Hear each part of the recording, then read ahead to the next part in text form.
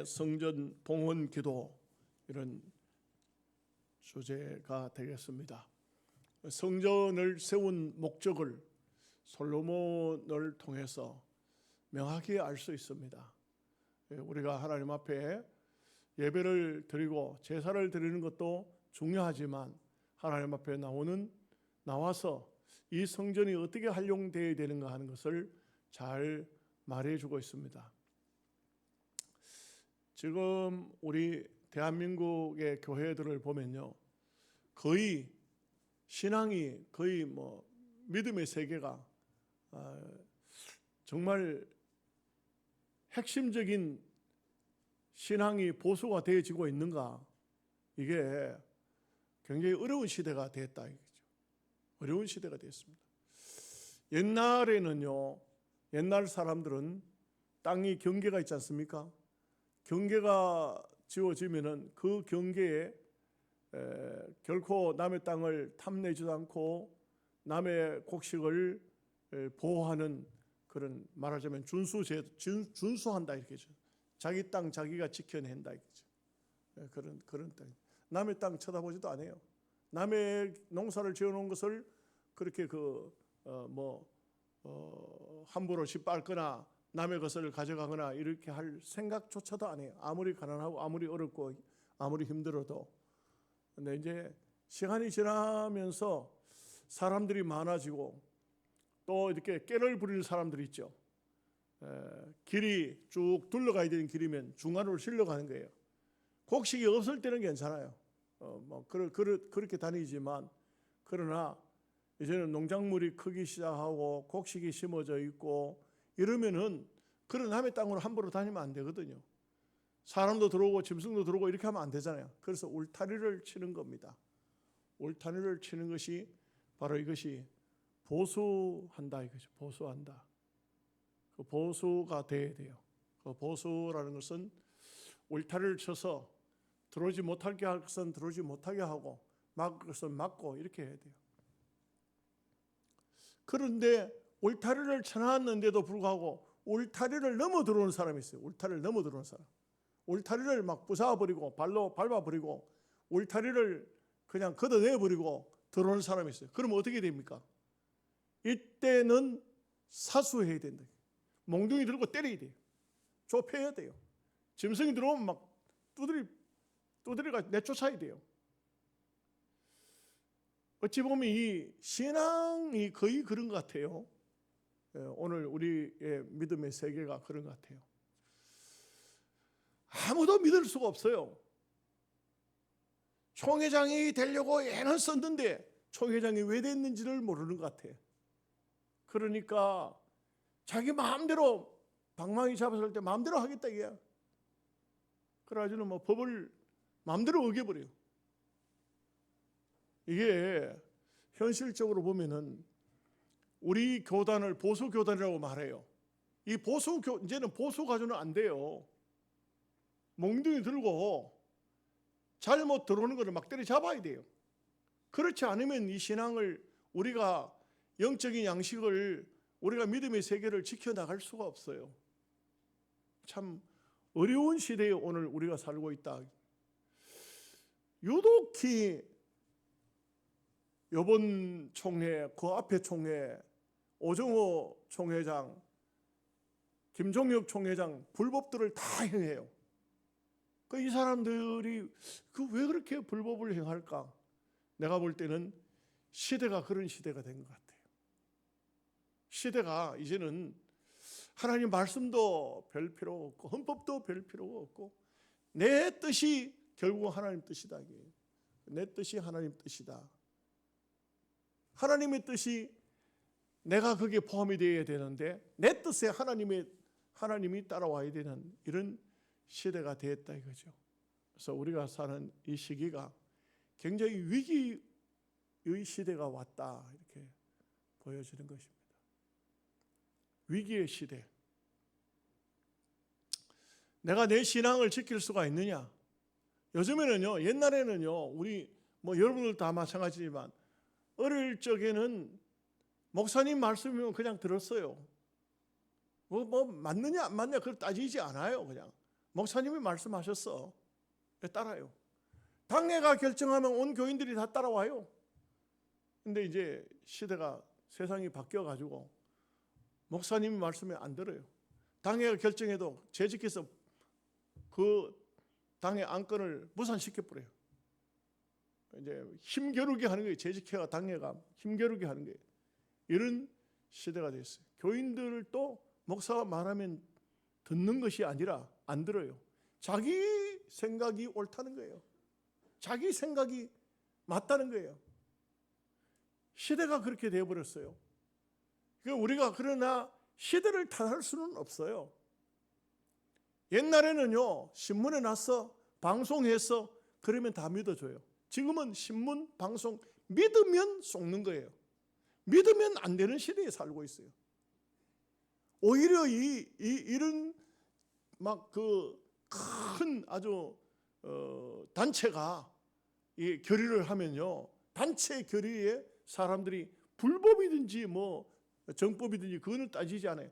그 단체가 얼마큼의 사람이 있느냐, 얼마큼의 건세자가 얼마큼 능력 있는 사람이 있느냐, 그 길을 따라가는 시대가 됐다. 불법이 만연한 시대, 이런 시대가 됐다. 근데 여러분, 우리가 알아야 되는 것은 잠언서를 보면은 이 말씀이 나와요. 시대가 악해지면 악인들이 세상을 다스리는 세상이 돼요. 악인들이. 그래서 악한 날에는 악인들이 다스리는 시대가 된다. 우리가 이런 시대가 왔다는 것은, 이것은 한마디로 말해서 종말이 왔다.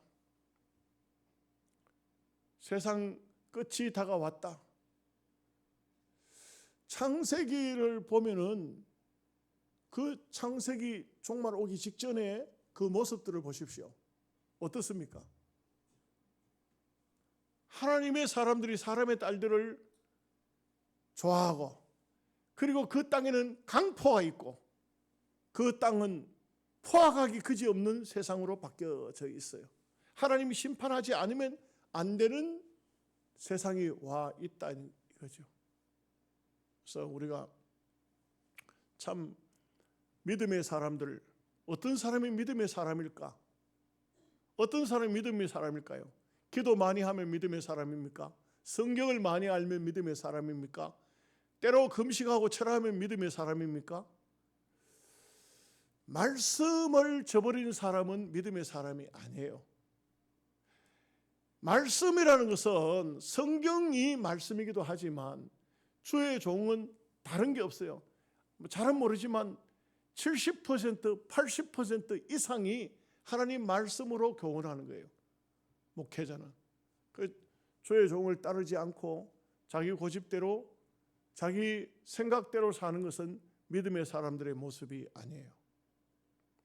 그런데 오늘날 이 시대는 한번 오늘 우리도 곰곰이 따져보자 이거죠. 과연 내가 말씀대로 살고 있는가, 내 뜻대로 살고 있는가? 정확히는 몰라도 대부분이 자기 뜻대로 살고 있어요. 하나님 말씀은 듣는 것으로 만족해요. 말씀대로 순종은 안 합니다. 순종하는 것은 아니고 내 마음이 내켜야 돼요. 내가 내켜야만이 일을 할 수가 있는 거예요. 이런 참 어려운 시대가 됐어요. 이런 어려운 시대에 제가 오늘 또 요원교회 순회를 갔다 왔습니다만 이 말을 했어요. 그 교회 교인들 보고도 이 말을 했어요. 내 믿음을 내가 지켜야 된다. 어떻게 지키느냐? 지금은 이제는 외부에서 누가 무슨 얘기한다고 듣는 때가 아니에요. 제가 뭐 교인들 뭐 교회 나오다 말고 안 나온다고, 교회 금방 나오겠다고, 이제는 뭐 다른 교회로 가겠다고 뭐 이런 찾아가서 얘기를 하나 보면 제 말을 듣고 돌아온 사람 한 명도 없어요. 왜? 자기들 이미 마음에 결정해 보면 누가 무슨 소리 해도 안 들어요. 그래서 오늘 우리는 신앙을 바로 가져야 된다. 똑바로 올바른 신앙, 올바른 마음의 작정을 해야 돼요. 바로 하나님과 나와의 관계가 올바로 돼야 돼요. 참 어려운 시대가 되었어요. 참으로 힘든 시대가 되었어요. 우리가 이런 종말의 시기를 어떻게 살아가야 할 것인가? 여러분 보십시오. 교회에 한 번 분쟁이 생기면 이 분쟁이 끝나지를 않아요. 누가 그런 말해요? 죽어야 끝난다.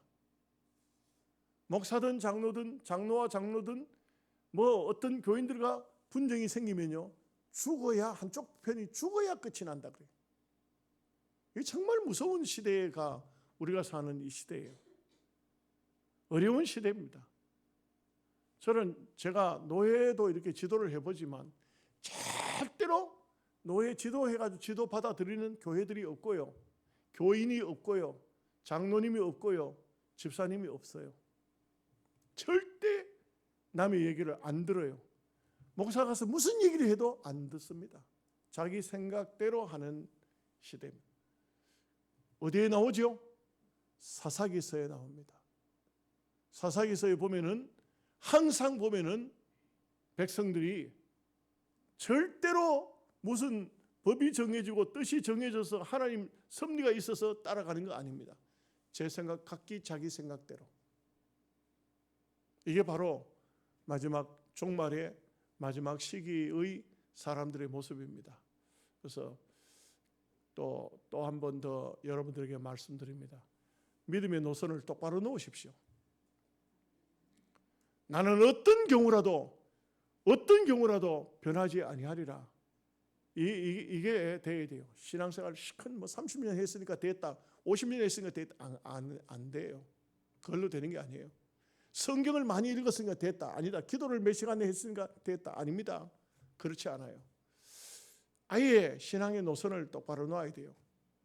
그렇지 않으면 이 시대는요, 준수 시대도 아니고 보수 시대도 아니고 사수의 시대이기 때문에 이 시대는 잘못하면은 우리의 신앙이 완전히 엉뚱한 곳에서 누구 말도 듣지 않는 그런 시대가 될 수가 있어요. 오늘 말씀은 솔로몬이 성전 봉헌하면서 했던 기도입니다만 여기는 7가지의 기도의 주제가 나와요. 이것은 말씀을 보면서 말씀을 보도록 하겠습니다. 22절에서 23절 말씀을 먼저 보겠습니다. 같이 읽겠습니다.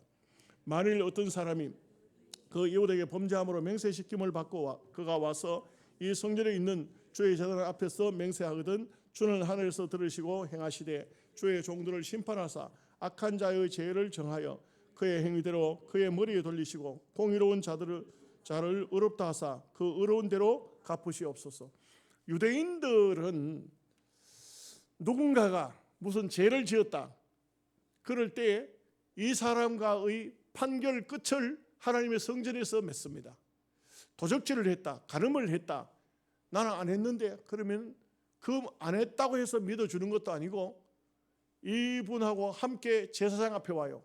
그 탈무드에 보면은 그런 내용이 나와요.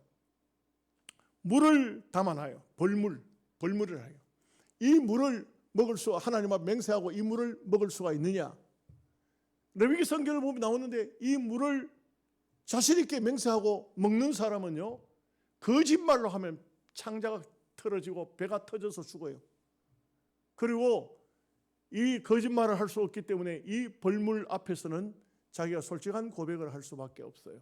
그런데 이것을 이제 솔로몬에게서 이제 볼 수 있는 것은 솔로몬도 레위기 성경에서 이렇게 이제 징벌 제도를 가지고 이제 기도를 하고 있는 것을 볼 수가 있어요.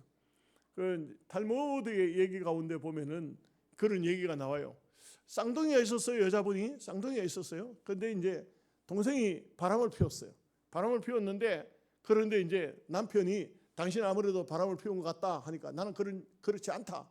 그러니까 이제 그러면 벌물을 먹을 수 있겠느냐? 좋다. 먹겠다. 그래가지고는 성전으로 가는데, 가다가 자기 언니 집에 들려가지고, 언니야, 내가 이거 바람을 피웠는데 이거 들통나면은 내가 죽게 생겼다. 언니가 가서 대신 벌물을 마시고 오더라 그랬어요. 그 언니가 동생 옷을 입고 가서 이제 쌍둥이니까 똑같이 생겼어요. 가서 이제 제사장 앞에 가가지고, 제사장님, 우리 남편이 나에 대해서 이렇게 말해서 내가 벌물을 먹으러 왔습니다. 그래서 맹세하고 벌물을 마셨어요. 괜찮은 거예요. 걱정이 없어요. 이제 딱 돌아오면서 이제 동생은 자기 언니 집에 와 있을 거 아니에요. 거기 와서 옷을 또 바꿔 입습니다. 그리고 고맙다고, 언니야 고맙다 이렇게 하면서 언니하고 입을 맞춰요. 그런데 입에 벌물이 남아 있었어요. 그 입을 맞추는가 동시에 그 동생은 배가 불어 창자가 터져서 죽었다는 이런 얘기가 탈무드에 나오고, 그냥 얘기입니다. 얘기. 뭐 너무 심각하게 들을 건 없고요. 이것은 뭘 말해주고 있습니까? 하나님 앞에 죄를 지었을 때 바로 하나님 앞에 나오면 하나님께서 의인인가 죄인인가를 하나님이 가려달라. 그래서 이게 참 중요하죠. 성전이 바로 이런 역할을 하고 있다 이거죠. 24절 25절 말씀 보겠습니다. 만일 주의 백성이 이스라엘이 주께 범죄하여 적국 앞에 패하게 되므로 주의 이름을 인정하고 주께로 돌아와서 이 성전에서 주께 빌며 간구하거든 주는 하늘에서 들으시고 주의 백성이 이스라엘의 죄를 사하시고 그들과 그들의 조상들에게 주신 땅으로 돌아오게 하옵소서. 전쟁이 났다는 것도 이거는 결국 적국에 전쟁이 안 나, 사람 사는 세상, 옛날에는 부족 시대이기 때문에 전쟁도 많이 나지만 전쟁이 났는데 전쟁이 왜 났느냐 하면은 이게 하나님의 징계로 났을 수도 있다 이거죠. 하나님께서 징계를 내시는데 주로 보면은 세 가지로 내는 것을 볼 수가 있어요. 첫째 한 가지는 기근입니다. 비가 오지 않아요. 비가 안 오면은 바로 아합시대에 3년 6개월 가뭄이 들듯이 징계가 오는 것입니다. 두 번째는요, 온역이에요. 온역. 돌림병입니다. 이 완전히 병이 한번 생기면 엄청나게 많은 사람이 갑자기 죽을 수 있는 것입니다. 이게 온역병입니다. 그 다음에 세 번째가 전쟁입니다. 이 전쟁이 났다는 것은 이거는 엄청난 고통이고 아픔이 될 수가 있습니다. 그런데 이런 전쟁이 났을 때 백성들이 깨닫고 하나님 앞에 무릎을 꿇고 회개하고 기도하고 전심으로 돌아오거든 하나님이 용서해달라 이 말입니다. 그래서 이것은 전쟁이 나는 것도 하나님과 관계다 이거죠. 하나님과 관계가 있다. 대한민국이 굉장히 위태로운데도 전쟁이 안 나고 있잖아요. 전쟁이 안 나는 것도 정말 이상해요. 가만히 살펴보면은 전부 작용화돼 가지고 군인들이고 경찰들이고 무슨 판검사고 간에 다 그냥 다 치우쳐 있는데 김정의가 쫓아봐 들어오기만 하면 될 것 같아. 왜냐하면 자체에서 그냥 자체에 지금 싸움 날 수밖에 없는 그런 입장이니까 전쟁이 나면 이거는 까딱없이 나라가 망할 수밖에 없는 것 같은데 안 되는 이유가 뭘까요? 그것은 바로 오늘 한국 교회가 주의 백성들이 얼마나 하나님 앞에 지금 이 나라 이 민족을 위해서 기도하고 있냐 이게요. 하나님의 백성의 기도가 이 전쟁을 묶어놓고 있는 거예요. 바람이 못 불게, 전쟁의 바람이 못 불게 하고 있는 겁니다. 그렇기 때문에 사람이 어떻게 됐다 할지라도 우리는 전능하신 하나님을 믿어야 됩니다. 하나님께서 역사하신다 이거죠. 26절, 27절 말씀 보겠습니다. 만일 그들이 주께 범죄함으로 말미암아 하늘이 닫히고 비가 내리지 않는 주의 벌을 받을 때에 이곳을 향하여 빌며 주의 이름을 인정하고 그들의 죄에서 떠나거든 주께서 하늘에서 들으사 주의 종들과 주의 백성 이스라엘의 죄를 사하시고 그 마땅히 행할 선한 길을 가르쳐 주시오며 주의 백성에게 기업으로 주신 땅에 비를 내리시옵소서. 여러분, 비가 안 오는 것도 이것도 하나님의 큰 징계다 이것을 알 수가 있어요. 비가 오지 않는 것. 우리나라 같은 경우는 비가 얼마나 자주 옵니까? 겨울에도 눈이 오고 비가 오고 이렇게 해서 땅이 기름지고 대한민국 땅 같은 데는요 세계에 없어요. 세계에 없는 땅이에요. 여러분, 대한민국처럼 비옥한 나라가 어디에 있습니까? 한번 어느 나라 말씀 한번 해보세요.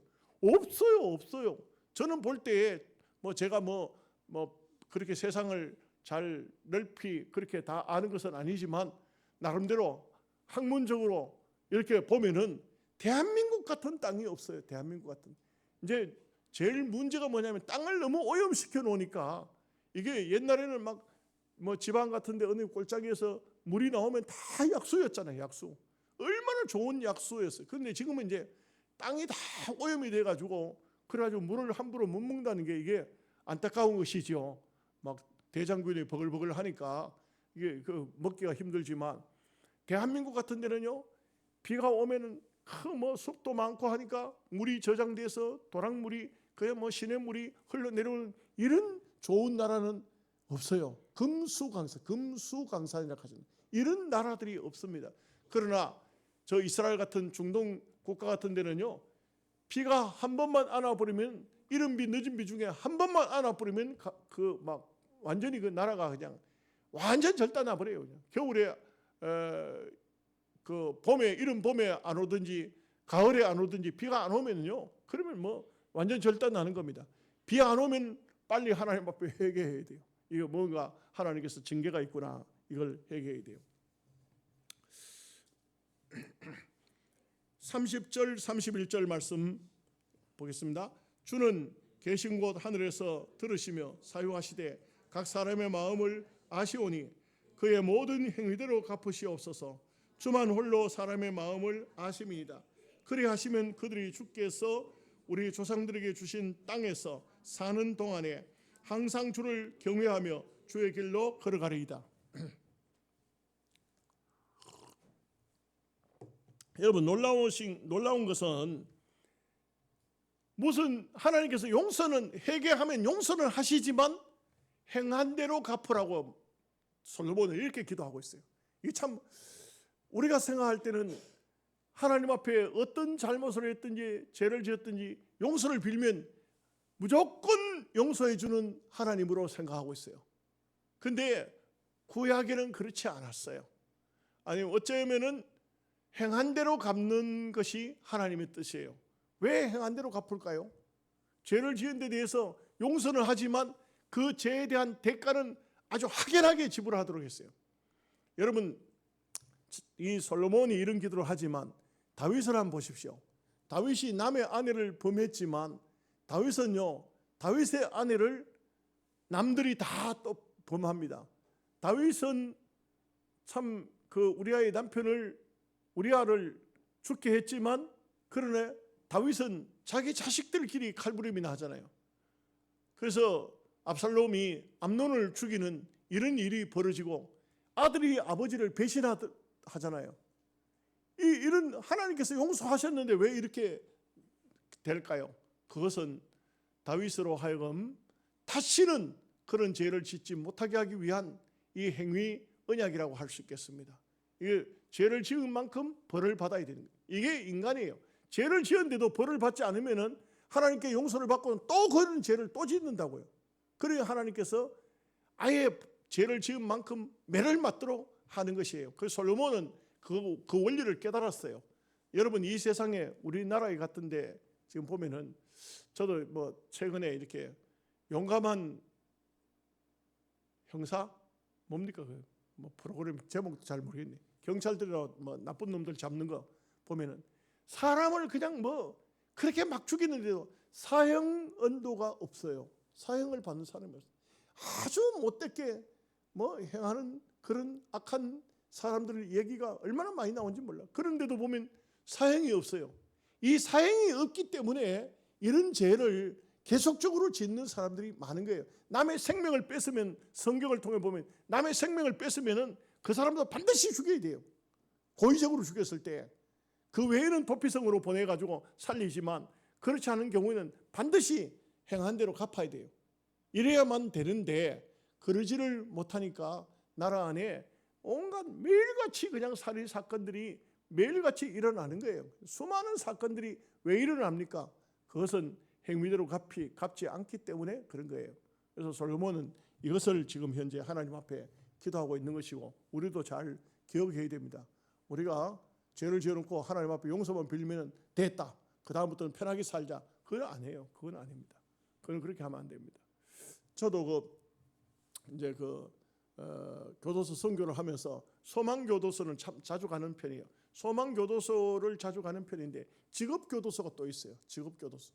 이 직업교도소에 보니까 장기수들이 많이 들어와서 거기서 뭐 기술을 많이 배워요. 기술을 많이 배우는데 직업교도소에 갔다가 보니까 그 이제 어떤 사람들은 중화요리, 뭐 한식요리, 뭐 양식, 일식 이렇게 이제 코너가 있는데 그거를 배워놓고 그 안에서 자격증을 따고 이렇게 하는 걸 봤어요. 근데 이제 중화요리에 이제 하는 사람들이 탕수육을 만들어 가지고 한 사람당 한 개씩 만들어 가지고 놓고 이제 우리 보고 시식을 하라 해 가지고 가서 시식을 한 적이 있는데요. 그 이제 느끼는 것은 거기서도 우리끼리 그런 말을 했습니다. 이 사람들이 전부 장기수들이에요. 죄를 많이 지은 사람이에요. 우리나라에 죄를 많이 지은 사람들 주로 어떤 사람입니까? 사람을 죽인 사람들이라고. 이런 사람들이 제가 가서 직접 물어봤어요. 이 사람들이 무슨 돈으로 이 탕수육을 만들고 재료는 어디서 나는 것이며 어떻게 된 거냐 물어봤더니 정부에서 돈을 다 대준다는 거예요. 정부에서 돈을 다 대준다는 거예요. 그 이런 요리 만들고 이런 음식 만들고 그 안에서 한마디로 말해서 요리 만들어 자기들이 시식하고 자기네들끼리 잘 먹고 그 속에서 편안하게 살고 있어요. 이게 안 된다고. 이거는 그렇게 해서는 되는 일이 아니라고요. 그런 사람들 때문에 가족을 잃은 사람, 부인을 잃고 자식을 잃고 이런 사람들이 얼마나 많아요. 이게 대한민국 법이 민주주의 사회라는 것이 이런 법이 어디서 들어왔는지 모르지만 미국도 그렇게 하는 데도 있지만 그렇게 안 하는 데도 많아요. 사형 선고를 내려요. 당연히 사형시키는 그런 사람들, 흉악범들은 그냥 두면 안 되는 거예요. 우리 보면은 대한민국은 보면 이 사형제도를 어디서 언제부터 어떻게 된 판인지 지금은 사형수가 있기는 있는데요. 사형을 안 시켜요. 그냥 살려두는 거예요. 그러니까 사람의 생명을 너무너무 쉽게 빼앗는 그런 못된 사람들을 볼 수가 있는 것이죠. 32절 33절 말씀 보겠습니다. 주의 백성 이스라엘에 속하지 않은 이방인에게 대하여도 그들이 주의 큰 이름과 능한 손과 펴신 팔을 위하여 먼 지방에서 와서 이 성전을 향하여 기도하거든 주는 계신 곳 하늘에서 들으시고 모든 이방인이 주께 부르짖는 대로 이루사 땅의 만민이 주의 이름을 알고 주의 백성 이스라엘처럼 경외하게 하시오며 또 내가 건축한 이 성전을 주의 이름으로 일컫는 줄을 알게 하옵소서. 참 이 솔로몬이 대단히 유대인들이 이방인을 어떻게 취급했습니까? 완전히 개로 취급하고 사람 취급을 안 했잖아요. 그런데 이 구약 시대에 솔로몬은 그렇게 하지 않았어요. 솔로몬 성전을 만들 때도요, 이방인 뜰을 만들어 줬어요. 이방인들도 성전에 와서 하나님을 예배하라 이거예요. 하나님께 기도하라 이 말이에요. 그래서 이방인 뜰을 만들어 주고 솔로몬의 성전에도 여인들 뜰을 또 따로 만들어 줬어요. 유대인들은 나중에 세월이 흐르고 시간이 지나고 난 다음에 예수님이 당시에 보면은 아주 여자들을 사람 취급 안 하고 이방인들을 사람 취급 안 하고 이따위 짓을 했는데 이게 어디서 나온 것이냐? 장로들 유전과 바리새인들의 그 못된 법을 잘못 적용한 그 법 속에서 나온 것이라고요. 그 보면 이 하나님의 나라가 구약 성경에서부터 절대로 그렇게 폐쇄적이지 않았다는 거죠. 이방인들에게도 이와 같이 사랑을 베풀고 이방인들에게도 이와 같은 하나님의 은혜를 받을 수 있는 길을 열어주셨다 이거죠. 우리가 구약 성경 보세요. 룻 같은 여성이 누구예요? 라합 같은 여성이 누굽니까? 이런 사람들도 다 예수님의 족보에 들어왔다는 것은 이방인에게도 얼마든지 하나님은 긍휼과 자비를 베풀어 주셨는데 인간들이 악하게 나중에 그것을 받아들이지 않고 이상한 법을 만들고 그래가지고는 예수님이 이방 여자에게 뭐 이렇게 사랑을 베풀었다. 나중에 예수님 떠나시고 난 다음에 베드로가 이방인들과 함께 밥을 먹었다. 그걸 가지고 막 문제를 삼기도 하고 이렇게 했잖아요. 하나님의 나라는 그렇지 않아요. 처음부터 그렇지 않았다는 거죠. 이 하나님의 사상은 처음부터 이방인들에게도 긍휼과 자비를 베풀었다는 걸 솔로몬을 통해서 확실히 알 수가 있는 것입니다. 34절 35절 말씀 보겠습니다. 주의 백성이 그 적국과 더불어 싸우고자 하여 주께서 보내신 길로 나갈 때에 그들이 주께서 택하신 이 성과 내가 주의 이름을 위하여 건축한 성전 있는 쪽을 향하여 주께 기도하거든 주는 하늘에서 그들의 기도와 간구를 들으시고 그들의 일을 돌보시옵소서.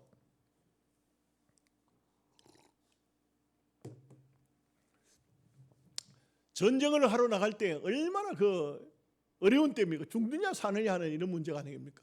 그럴 때도 성전에 와서 기도하거든 당신의 백성을 하나님께서 보호해달라는 것입니다. 이건 뭐 마땅한 것입니다. 우리가 어려운 일을, 큰 일을 해야 될 때는 반드시 하나님 앞에 기도하는 이런 마음 자세를 먼저 가져야 됩니다.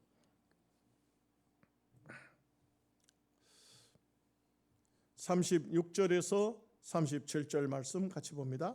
주께 범죄하지 아니하는 사람이 없사오니 그들이 주께 범죄함으로 주께서 그들에게 진노하사 그들을 적국에게 넘기심에 적국이 그들을 사로잡아 땅의 원근을 막론하고 끌고 간 후에 그들이 사로잡혀 간 땅에서 스스로 깨닫고 그들을 사로잡은 자들의 땅에서 돌이켜 주께 간구하기를 우리가 범죄하여 패역을 행하며 악을 행하였다 하며.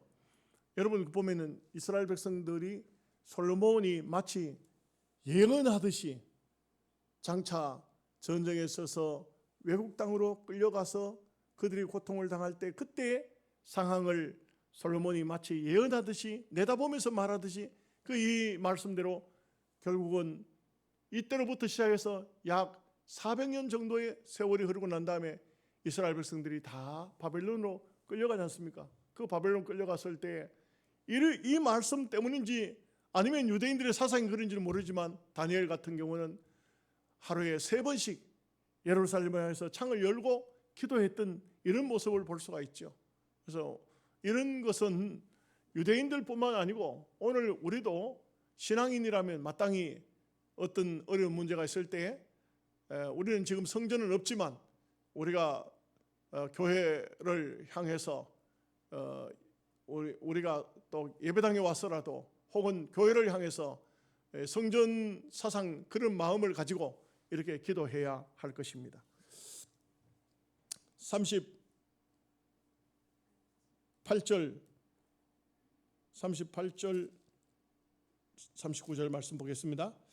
자기들을 사로잡아 간 적국의 땅에서 온 마음과 온 뜻으로 주께 돌아와서 주께서 그들의 조상들에게 주신 땅과 주께서 택하신 성과 내가 주의 이름을 위하여 건축한 성전인 쪽을 향하여 기도하거든 주는 계신 곳 하늘에서 그들의 기도와 간구를 들으시고 그들의 일을 돌보시며 주께 범죄한 주의 백성들을 용서하옵소서. 참 보면은 이렇게 유대인들의 그 신앙적인 어떤 정신을 이 솔로몬이 정하였다. 뭐 이런 솔로몬뿐이겠습니까? 뭐 유대인들 사상은 다 그렇습니다. 실제로 보면은 해막을 성전이 없고 해막일 때도 해막을 이렇게 중간에 치면은 거기에 동서남북으로 세 지파씩 이 해막을 중심으로 전부 장막을 쳤다 이거죠. 중심 사상이 뭐냐? 성전 사상이라 해요. 해막이라 할지라도 성전 사상을 가지고 있었다. 그래서 오늘 우리가 믿음의 사람이라면 모든 우리의 사상을 성전 사상을 가져야 돼요. 하나님 중심 사상. 이게 돼야 돼요. 우리가 뭐 잘 살든 못 살든 간에 뭐 살다가 보면 이런 일 저런 일도 많이 당합니다만 모든 일은 하나님을 중심에 놓고 생각해야 돼요. 그래서 우리가 사람과의 관계 속에서도 하나님을 중앙에 놓고 이렇게 서로 의논하고 하나님이 어떻게 생각하실까 이것을 생각하면서 서로 의논하면 만약에 하나님을 중심으로 한다면 얼마든지 양보도 할 수 있고 타협도 할 수 있고 용서도 할 수 있고 긍휼을 베풀 수도 있다 이 말이죠. 하나님이 중간에 있느냐 없느냐 하는 것은 다른 것입니다. 없으면은 안 돼요. 타협이 안 돼요. 때로 가장 가까운 부부 사이라도 하나님을 중심에 딱 놔놓으면 여보 내가 잘못했어. 왜? 하나님이 중간에 계시면은 그러면 하나님 때문에 얼마든지 나는 양보할 수 있고 나를 굽힐 수 있고 내가 손해볼 수 있고 하나님 이름 때문에 하나님이 없으면 절대 안 돼요. 그게 부부 사이라도 절대 용서할 수 없는 그런 일들도 많아요. 예를 들어서 뭐 남편이든지 아내든지 바람이 났다. 그러면 어떻게 용서할 수 있겠어요? 배신인데 그걸 용서 어떻게 할 수 있겠어요? 그러나 하나님을 중간에 놓으면 용서가 되는 거예요. 하나님 중심 사상. 안 됩니까? 하나님을 중심 놓고 하나님 중심 사상으로 하면 다 용납할 수 있어요. 왜? 예수님은 원수를 위해서도 십자가에 못 박혀 죽으셨는데, 예수님이 물론 영적으로 따지면 택한 백성이지만, 그러나 예수님은 십자가에 못 박히면서도 아버지여 저들을 용서하여 주옵소서. 저들이 알지 못하여 저러나이다. 알지 못하기 때문에 저러는데 알기만 하면 절대로 그럴 수가 없다 이거죠. 그래서 용서할 수 있다 이거죠. 자, 40절 41절 말씀 같이 읽습니다. 나의 하나님이여 이제 이곳에서 하는 기도에 눈을 드시고 귀를 기울이소서. 여호와 하나님이여 일어나 들어가사 주의 능력과 계와 함께 주의 평안한 처소에 계시옵소서. 여호와 하나님이여 원하옵건대 주의 제사장들에게 구원을 입게 하시고 또 주의 성도들에게 은혜를 기뻐하게 하옵소서. 이 솔로몬이 마치 하나님을 의인화시켜서 하나님이 자기 솔로몬 앞에 계시는 것처럼 하나님 이제 들어가십시오. 이제 들어가십시오. 들어가서 평안히 계십시오. 이게 의인하라고 하죠. 우리는요, 신앙은요, 막연하지 않습니다. 막연하게 하면 안 됩니다. 무슨 말이냐 하면 하나님이 이 가정의 주인이요 했으면 내가 살고 있는 내 가정에 하나님이 계신다는 확신을 가지고 하나님 앞에서 산다는 마음을 가져야 되지. 필요할 때만 하나님 찾고 필요 없을 때는 하나님을 안 찾는 그런 신앙이 되어서는 안 된다 이거죠. 솔로몬은 성전을 다 짓고 기도를 하면서 하나님 이제 들어가십시다. 이제 들어가십시다. 이게 참 표현이 참 웃기는 거 아니겠습니까? 들어가셔서 이제는 평안히 하나님 계와 함께 편안히 좀 계시옵소서. 이게 참 신앙은 상상으로 하는 게 아니에요. 여러분 우리가 떡이라 하되 그림의 떡은 절대 우리를 배부르게 못합니다. 실제 떡이어야 되죠. 이 떡이 실제 떡이어야 되고 실제로 먹어야 되죠. 절대 구경하고 배부를 사람이 없습니다. 신앙생활을 확실하고 분명하게 이렇게 의인화시켜서 하나님 이제 들어가십시다. 이제 이곳의 주인은 하나님이십니다. 이게 솔로몬의 신앙이고 솔로몬의 믿음이었어요.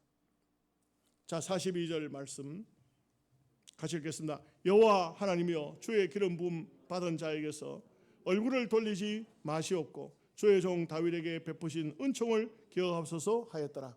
참 이 솔로몬이 마지막까지 다윗 아버지 다윗의 이름을 가지고 주의 기름 부음 받은 자에게서 얼굴을 돌리지 마시옵고 주의 종 다윗에게 베푸신 은총을 기억하옵소서라고 한 것은 참으로 이 솔로몬이 바람직한 올바른 기도를 하고 있고 정확히 하나님을 의식하는 그런 모습을 볼 수가 있습니다.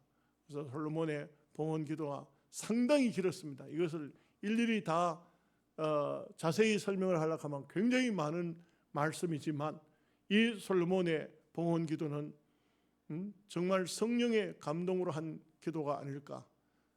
준비를 해서 기도를 메모를 해서 기도를 했는지 정확히 알 수는 없지만 그러나 분명한 것은 정말 성전의 목적이 무엇인가. 오늘 우리 신약 시대에 성전하고 예배당하고 다르지만 우리가 예배당에 대해서도 이런 마음과 사상은 같다고 봅니다. 이런 같은 사상을 가지고 이런 마음을 가지고 우리가 하나님을 섬기고 믿음으로 사는데 부족함이 없어야 될 줄로 믿습니다. 아멘. 기도하겠습니다. 하나님 아버지 감사합니다. 솔로몬의 봉헌 기도를 통하여서 우리가 많은 교훈을 받았습니다. 그야말로 전쟁이 났을 때든지 무슨 기근이 왔을 때 또는 비가 오지 아니할 때 이방인들까지 이런 많은 기도들을 통해서 솔로몬은 성전의 역할이 무엇인가 하는 것을 바르게 말해주고 있습니다. 오늘 저희들도 이 말씀들을 통해서 많은 교훈을 받았습니다. 이 어려운 시기, 참 이 종말의 시기입니다. 우리가 우리 자신들을 잘 믿음으로 컨트롤해 나갈 수 있도록 은총을 주옵소서. 예수님의 이름으로 기도하옵나이다. 아멘.